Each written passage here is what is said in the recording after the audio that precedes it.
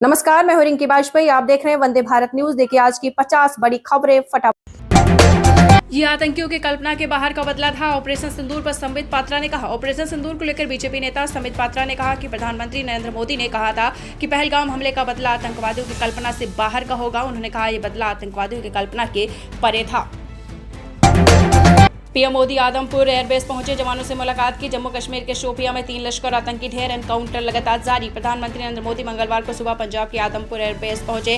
उन्होंने एयरबेस पर जवानों से मुलाकात की। विराट कोहली परमानंद महाराज से मिलने वृंदावन पहुंचे, पत्नी अनुष्का भी साथ। 2.5 घंटे आश्रम में रहे। कल टेस्ट क्रिकेट से संन्यास लिया था। विराट कोहली टेस्ट क्रिकेट से संन्यास लेने के अगले दिन मथुरा के वृंदावन पहुंचे। मंगलवार सुबह उन्होंने केली कुंज आश्रम में ब्रह्मानंद महाराज से आशीर्वाद प्राप्त किया।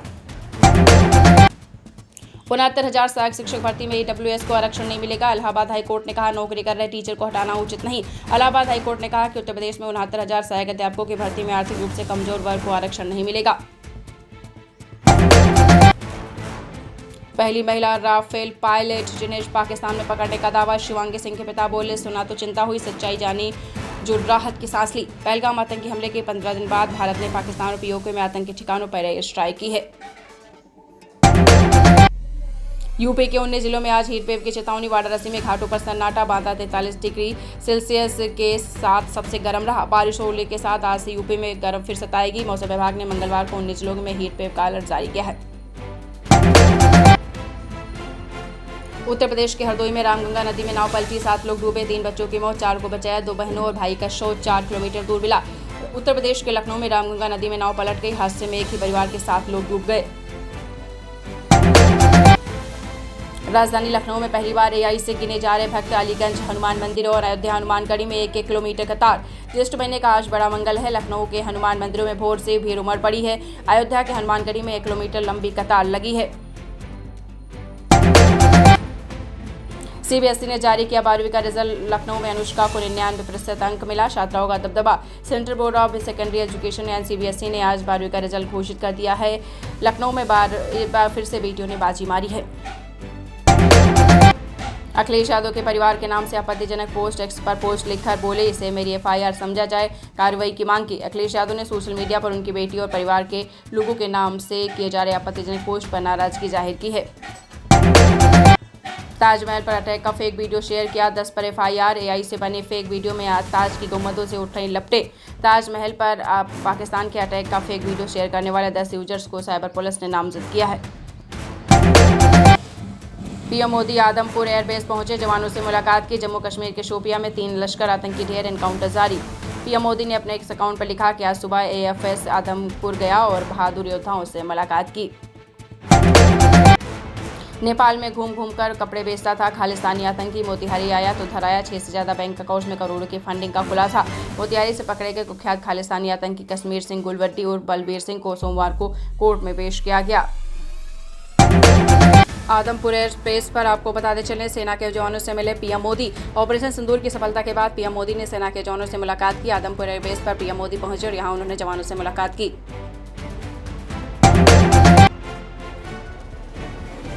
ऑपरेशन सिंदूर के 6 दिन बाद खुला श्रीनगर एयरपोर्ट। दिल्ली से अमृतसर चंडीगढ़ की गई फ्लाइट्स कैंसिल। सीज फायर के बाद कल 32 एयरपोर्ट्स खोले गए। ऑपरेशन सिंदूर के 6 दिन बाद मंगलवार को श्रीनगर एयरपोर्ट के फ्लाइट ऑपरेशन शुरू हो गए हैं। दिल्ली से एयर इंडिया की फ्लाइट दोपहर 12:49 पर लैंड हुई। भारत पाक तनाव के चलते एयरपोर्ट 7 मई से बंद था। पाक हमले में बिहार का एक और जवान हुआ शहीद। 5 महीने पहले हुई थी रामबाबू प्रसाद की शादी। पत्नी प्रेग्नेंट है, छुट्टी पर आने वाले थे। पाकिस्तान के हमले में बिहार का एक और जवान शहीद हो गया। 12 मई को पाकिस्तान ने ड्रोन अटैक किया। इसके बाद आपको बता दें सीवान के आर्मी जवान रामबाबू प्रसाद उम्र 28 वर्ष घायल हो गए थे।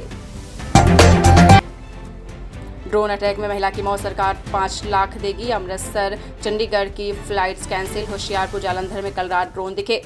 भारत पाकिस्तान तनाव के बीच 9 मई को फिरोजपुर के खाई फेमे गांव में ड्रोन अटैक में घायल हुई महिला सुखविंदर कौर की लुधियाना के डीएमसी अस्पताल में इलाज के दौरान मौत हो गई।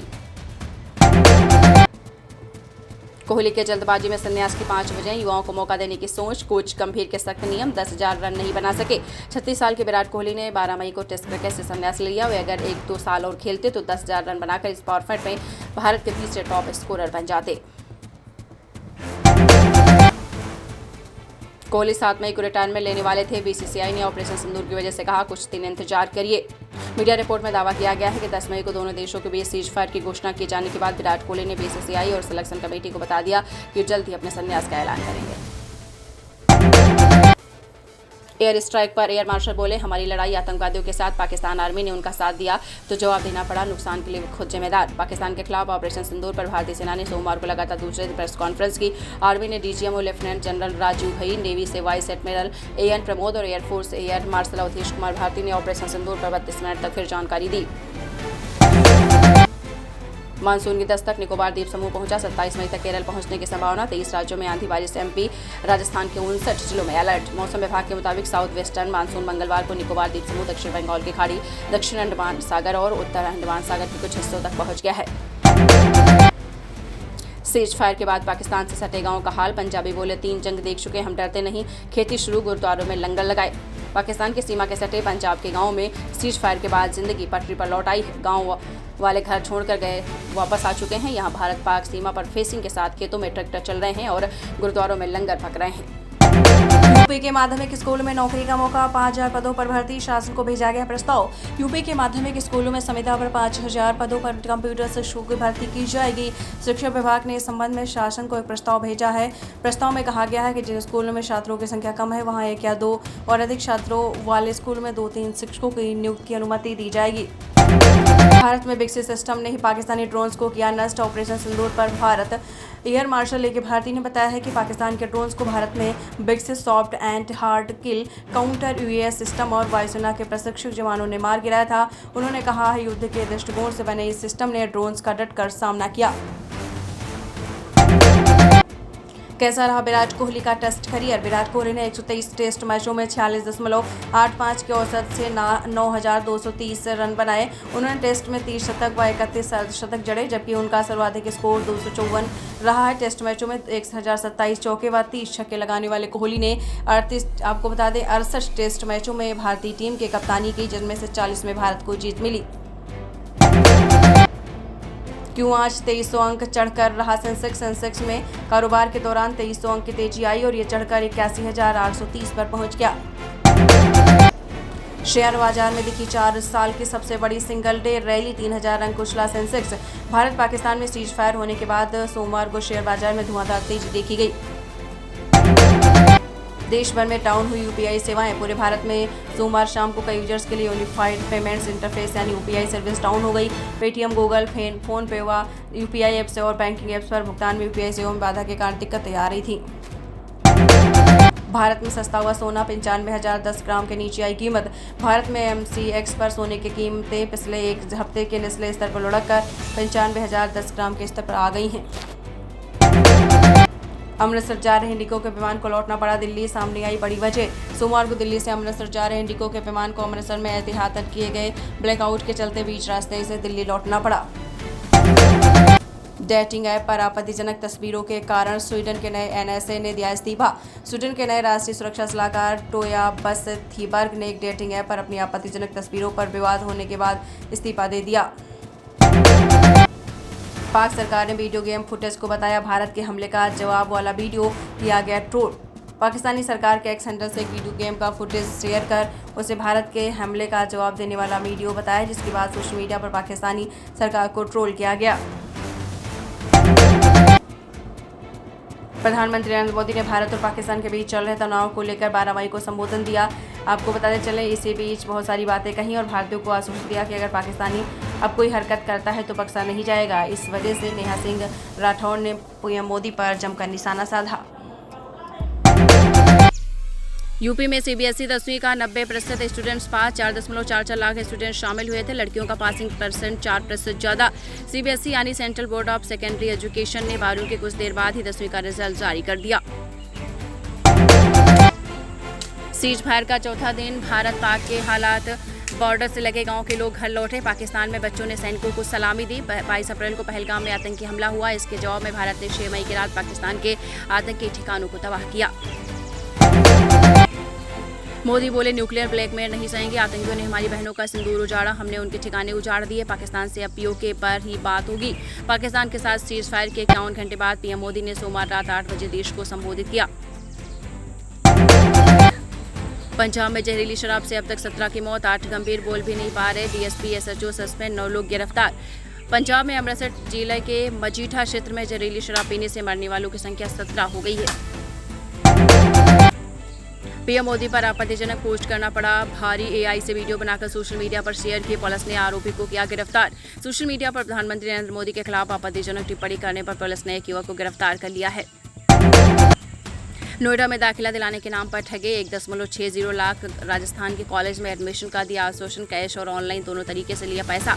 सेक्टर 12 में रहने वाले व्यक्ति ने 1.60 लाख रुपए की ठगी का मामला सामने आया है।